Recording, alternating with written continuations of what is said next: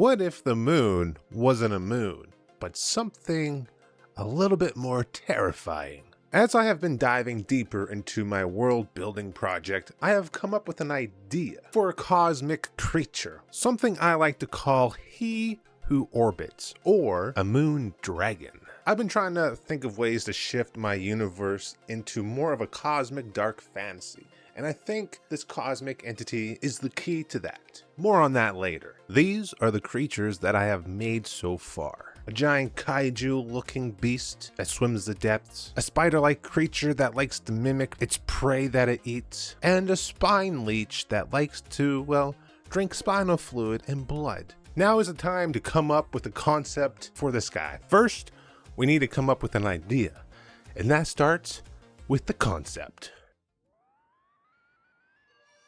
One of my favorite programs for, getting reference is PeerRef. Highly recommend. It is free. And for my reference, I'm just looking up some like moons, cosmic moon art, and of course dragons, because this is going to be a moon dragon. It's not necessarily going to be like a dragon, but it's going to be like a mixture of like cosmic entity with fantasy dragon aspects. Now, how I do my concept sketching, I don't draw. I really can't draw. I mean, I've gotten better since using Procreate with some time off, but how I usually go about coming up with an idea is I just make a little maquette, like a little tiny sculpture of what I want to make.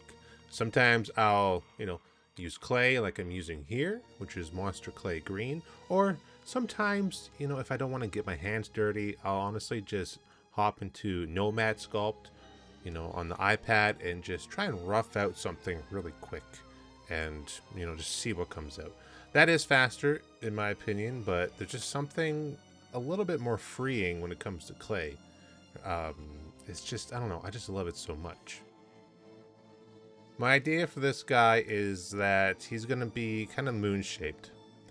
And, of course, he's going to have big wings, and since he is like an eldritch god entity, beast, dude, he's gonna be round, have tentacles, big long neck, and I really wanted him to have these like wings.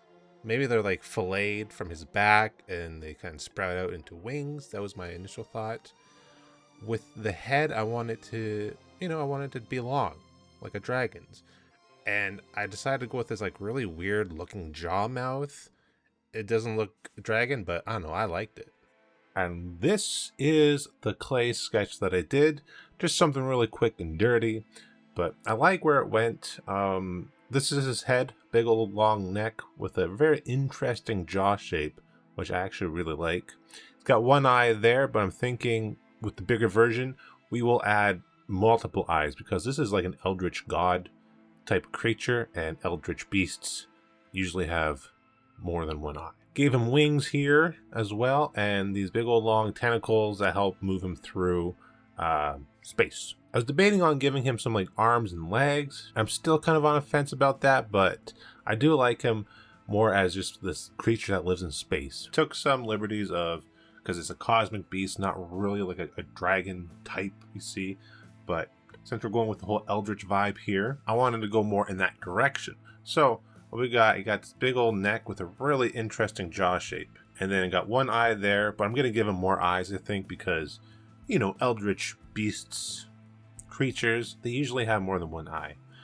He's got these big old wings that he'll have as well. And I'm thinking that they kind of come out of his back here, like maybe they fold in. I might show like an exposed spine here at some point, maybe.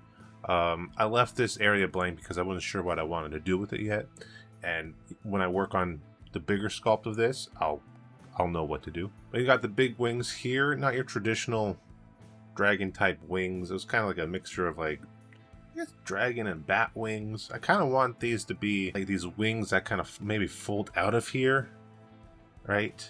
Kind of like you see those in sci-fi shows, those like space sails that capture like the radiation waves or something that helps them sail through space. So it's kind of thinking like that, how it maybe like folds out and then that's how it moves, along with these tentacles here that help stabilize it as it moves through space. The head retracts inside and will have more of a rounded body on the bottom here because he's supposed to be kind of round and moon shaped. And my idea with this guy is that, the head goes back in and these tentacles, well, one fell off because it's a little cold in here, so they're kind of brittle. The head retracts in almost like a turtle, and then I'm thinking maybe these wings come around with these tentacles and it forms almost like a ball shape. So from like far distance, it looks like a moon, and when you're on the planet Darkenrock, looking up at it, it kind of looks like a moon as well. Still working out the lore, but I do like the sketch. Now, this doesn't mean that this is going to be 100% the finished sculpt, what it's going to look like. When we get starting with the bigger sculpt, I'm sure I'll change some things as well. Since we got the sketch, the clay sketch, now we're going to move to making it much bigger. Just some normal wire from the dollar store. It's pretty flexible. It's not too strong. Since the clay I'm using is like a wax-based clay, when that stuff cools down, it'll harden and it'll give it even more support. I want to make sure you have an armature ready. So what I'm thinking is we're going to kind of fold this in half. We're going to make kind of like a circle here, almost. Or that shape, whatever shape that is. Okay, like this. Just like that. Simple. And then now we're going to build out the body, which will attach to here, right? Because the body will be on here as well, but we're going to need an armature for like the head and then the tentacles as well. And I want this guy to be fairly big. I like working big scale. I like that. I like that length. So now I'm going to take that length and then we're going to bend it and we're going to double it. Why do we fold it in half? So it's stronger, right? Because we're going to twist these wires together to make it stronger. So we're going to grab the end like this, and then we're just going to twist it. You can also use a power drill. Hook the two ends of the wire to a power drill, and actually, let's try that. Because I've been wanting to try this for a while, and I've never tried it. So that's what we're going to do. I'm going to feed that to here. Till it's like right in there, nice and tight. Grab the other end with your pliers here, like so. Ah! Hold on. I think we want to go slow. Well, there it goes. Doing it. Perfect. What? And then you got reinforced wire that will now strap to this. Okay, hi. Alright, hi. So this is what the wire will look like. You want to make sure when you're doing an armature, you want to have a bit of extra wire, right? More than you think you're going to need because it's easier to cut than add wire. So that's a little tip. And then we're going to attach this to a little base here with more wire, tiny wire. And then we'll add more wire for like the tentacles and stuff. Smaller wire here. It's seen better days. Now again, this wire is just wire you can get at the dollar store. You can also get a garden twist tie. Comes like this.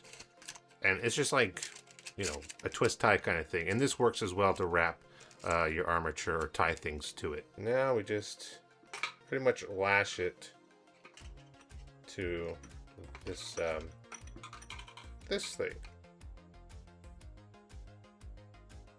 So I took it off the base just because it was a lot easier to work with, but now we got that really snugged in there.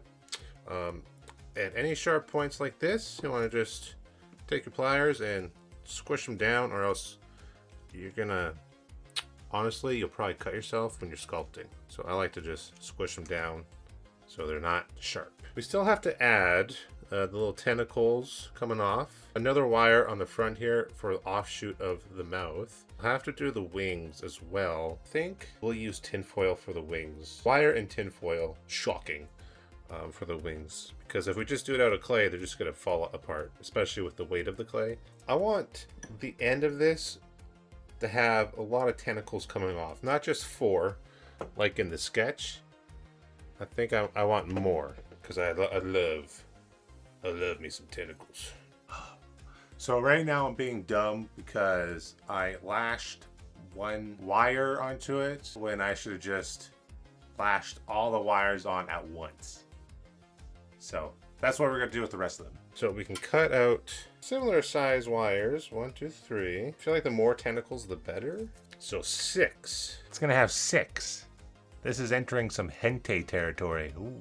Okay, so we lash them all together at once, and now we're just going to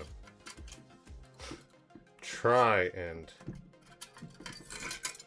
wrap this to the armature. I'd have to say this is my least favorite stage, making the armature. I just want to get into the sculpting and everything, but unfortunately, armatures are important. I think that's good. Definitely back heavy, but that won't matter once we get the clay on there, because it'll be holding on to this with the clay, so I'll be able to even it out. So we compose them like this for now, and since, you know, this isn't going to be made from polymer clay, it's going to be wax-based, like monster clay. As we add the clay onto these, we can pose them with the clay on as we go to find like a better pose for it. So, ooh, that's a lot of wire. There's a few things you can do with this wire. So one thing you can do is wrap each individual wire with the thinner wire so the clay has something to grab onto. That would take a bit, and it could take a lot of wire, which I don't have a lot of. Other option, get your old good old snips here, and we're just going to kind of make a little bit of a notch with it, right? So this will give something the clay to grab onto. Or you can take your pliers and just kind of go squeeze. Or you can take some super glue and just drip it on as well, which will help the clay stick. But I'm gonna do the notch thing because I don't want to waste any more of my wire. Just make sure you don't clip right through it. I want to create these nice notches. Not too much, because if you start trying to pose it, the wire can snap, you know? See how much faster that is? Boom. Look at that. That was super fast. Also be careful of the wires. It can really poke you because they're sharp on the end. So we can have this bit here be the upper head jaw. So we'll just need to hang a wire off the bottom. This might be a little much, but we can always snip it. Now I'm going to keep it long for now. Just in case, right? If it's too much, then I'll just trim it off. Like I said, it's better to have more than too little. Armature is not done yet. We did like the back, the body, and the jaw. We got to do the wings, but it's getting late, and that's going to be a whole thing because wings are not easy. They're not easy. For armaturing, they're not that easy unless you have mesh, which I don't have. So we're going to use some wire and aluminum foil. See how that goes. So, you know, we'll continue this tomorrow, I guess. See you then. Now comes my favorite part, actually sculpting. We got the armature out of the way, because that was... I hate building armatures. I do. I wish there was somebody I could hire. I tell them, make me this, I want that, and boom, it's made instantly. But we live in real life and not imagination. So, but I do like to live in my imagination. That's why I love, well, creating creatures and demons and characters and all that from clay. But anyways, now we're actually beginning to sculpt. And we're entering what I like to call the ugly phase. Now, the ugly phase, you know, you have this image in your head of what you're making or what you want to make. You have your reference images with you, and, you know, you're sculpting or, I don't know, drawing or whatever, and it's not looking the way you want it to look, right? It's the ugly phase. The most important thing you want to do during the ugly phase is just to keep going. You have to plow down that ugly phase blockade, right? Hop in a car, friggin' just gun it to 88 and blast through that ugly phase wall. Because right now it doesn't need to be perfect, right? Don't approach this with the thought of perfectionism in your mind, right? It's called the ugly phase for a reason. Because right now, all we're doing is we're just slinging clay. We're putting big old clumps of clay onto this armature. We have an initial kind of idea in our head. that we're following, and we have that miniature concept sculpt that we're following as well.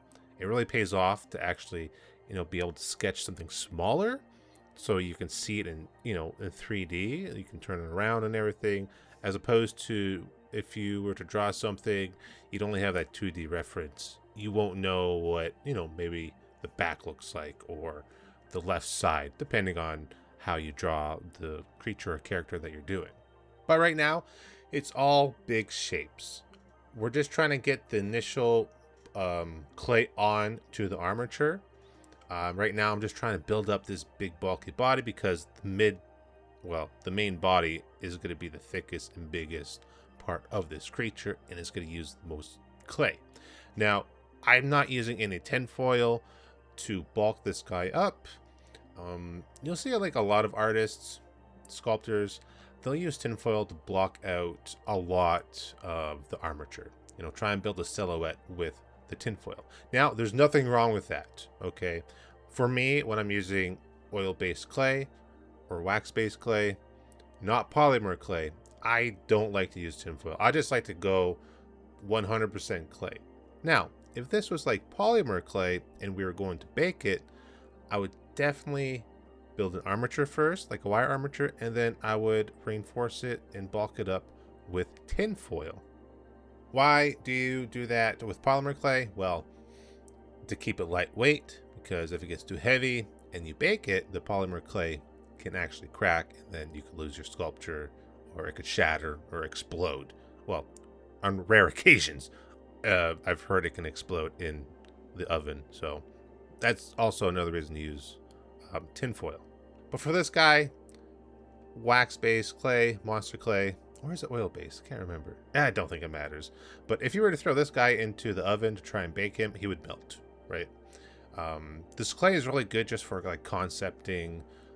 What I have fallen in love with is actually building something out of clay and then scanning it and bringing it into a 3D program to kind of like add extra detail. That way, I can break this clay sculpture down later and reuse the clay, but I'll still have that copy in my PC to, 3D print if I want it. So we got some blocking out done on this bad boy. I like the size, Again, I like working bigger. I just wanted to get this big mid-body bulked out and then the wire covered in clay, so then we can continue adding more and blocking out the shapes. I was going to add wings to the armature, but then I started thinking this is not polymer clay, right? So I don't necessarily have to build the wings into the armature, because this is just more of like a concept piece. And since monster clay is wax-based clay, once it cools, it gets pretty, you can hear that? It's pretty stiff, especially the green stuff. So I'm gonna build the wings by themselves with their own armature, and then once they're built, then I can slide it into the clay, and then we'll blend it in and adhere it to the body there. It would just make things a lot easier, right? So tomorrow we'll continue working on the body and tentacles and all that and try and get the main forms put in. But yeah, until tomorrow, all right? I'll see you then. And we're back with day 2. I forget what day it is. It's been a long week, but time to pack on more clay to this bad boy. Now I gotta be careful because I am really low on this green clay and I don't like mixing clay. I know some artists do, but for me, I like to keep my colors one color. I don't, it's just easier to reform. But now we had the initial clay blocked down last time. Now it's time to fill it out a little bit more and get those general shapes in. So right now, working on the head and this jaw, I end up crooking the jaw, I think, to like the right, and I honestly love how it looked, and I might keep it there because it just gives such a, I don't know, a more powerful pose to this creature, as you can see there. I was just moving it out of the way so I can sculpt the upper tooth there. And then one of the most tedious parts I've ever done is sculpting these tentacles. Now, sculpting tentacles, it can be difficult because you're trying to keep the tentacles round, but sometimes when this clay is warm, it keeps shifting around. So you gotta be like a little gentle. You know, you gotta be like really gentle, like you're handling like a glass vase or something, right? Because you don't want to shift the clay to one side and then it looks all wonky and wrong. So you just gotta be careful with the clay when it's warm. I am happy with the tentacles. I'm happy that I added 6. I think it's 6. 1, 2, 3, 4, 5. Yeah, 6. This is gonna come in handy to really boost the pose, and it's also an Eldritch beast. When we're talking Eldritch horrors, well, like I said before, add tentacles because goddamn, love tentacles. All right, we got the initial block out of this dude. He's looking, oh man, he's looking pretty gnarly. So we got all the main big shapes in. We got the mouth in there. I kind of like how the jaw is kind of off crooked there. I actually might keep it that way. I'm not sure yet. Still a lot more to go, but next, I think we're gonna rake everything down, get it all smooth, you know, so we can see the forms better, and then we'll start trying to build up the next bit of detail and bring this thing alive. From now on, I think I'm gonna try and put out at least one video a week kind of thing, instead of making something which could take, you know, anywhere from like a couple weeks to like a month, sometimes longer. I'm gonna start uploading once a week so you guys can kind of follow along the process of what I'm doing, like with this guy, and then whatever else I decide to create, like horror props and stuff like that.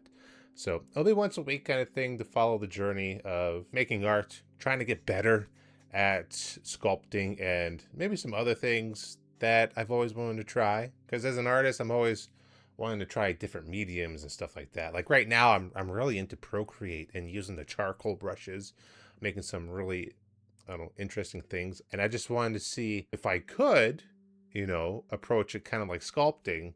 And so far, you know, I'm really enjoying it. I'm having a blast using Procreate and all the charcoal stuff.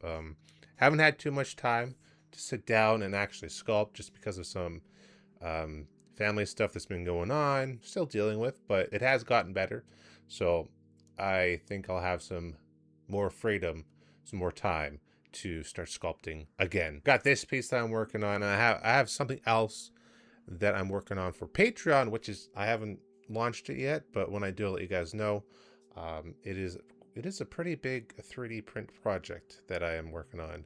And right now I'm just trying to do some coloring for it. But yeah, if you enjoyed the video and you want to follow the art journey, and you know, maybe you're interested in sculpting and you want to learn how to do that, in these videos I'll be, you know, showing a lot of my techniques and things of how to get started, or issues with certain phases of your sculpting. Maybe these videos will help you. And I want to know from you, what is your favorite art medium? What do you enjoy the most?